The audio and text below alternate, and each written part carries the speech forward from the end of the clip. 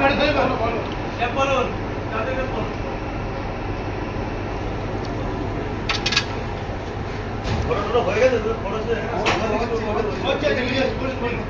চলো আজকে আমাদের মাঝখানে মফিজুল 4 মাস কাজ করেছি।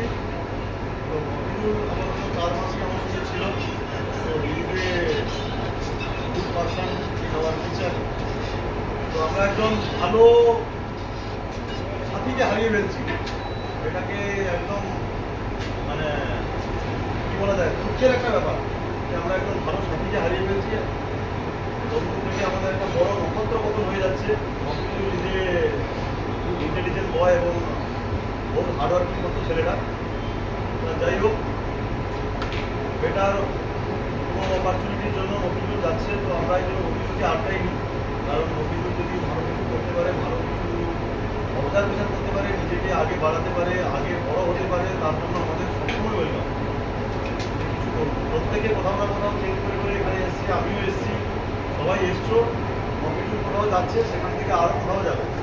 তো ধীরে ধীরে ধীরে ধীরে এক জায়গায় হয়তো দেখা গেল যে হ্যাঁ, মফিজুল একজন সিনিয়র পার্সন হিসেবে আমার সাথে মিট হয়ে গেল।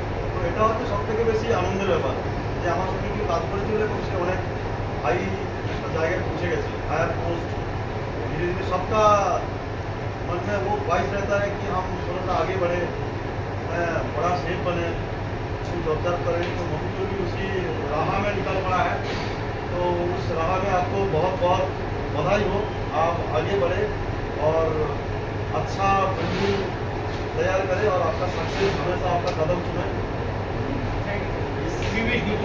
সবাই ছোট করে হাততালি।